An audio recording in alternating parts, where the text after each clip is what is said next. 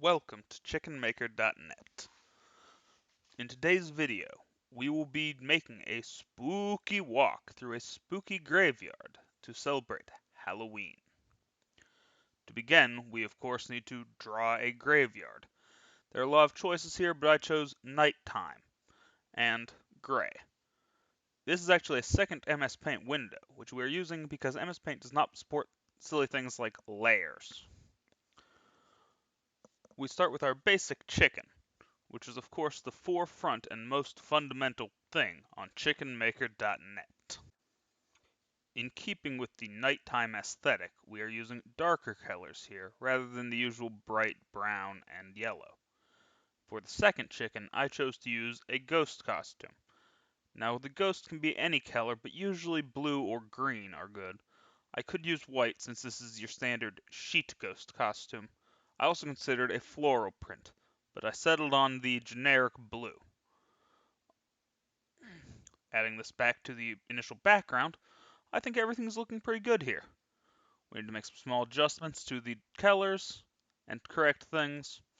This is a more, fitting color with the shades.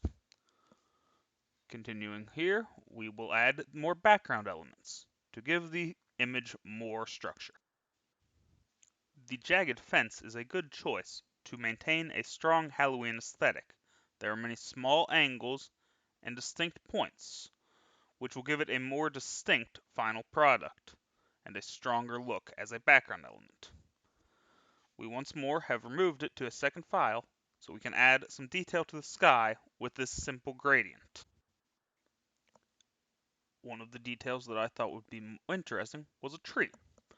Now I started with this nice green and brown tree which is very vibrant, but I intended to change the colors as we went to something more fall with the orange. Now this isn't actually my favorite fire effect, but it is one of the ones that I can do the cleanest and quickest without spending too much effort on it.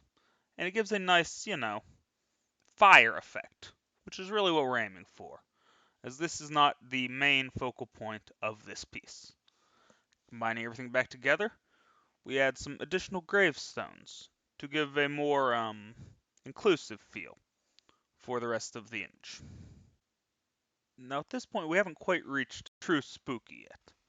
We just have a nice clean graveyard. But here's the twist here. We can simply add a spooky ghost. I don't actually like this snake ghost, so I edited him back out and tried again with this chickeny type ghost, since this is a chicken website. He's got a real evil butler look to him. This is our starter chicken who did not have any kind of costume on. So we'll just throw him in a collar and some chains, and we'll call that that. Continuing on from there, all we really have left to do is detail work. So we'll start by just adding some shading to all of the gravestones, adding some detail to the grave markers, and once that's all through, we basically have the image, ready to go. Ready for the big leagues. Ready for chickenmaker.net's Halloween Spooktacular.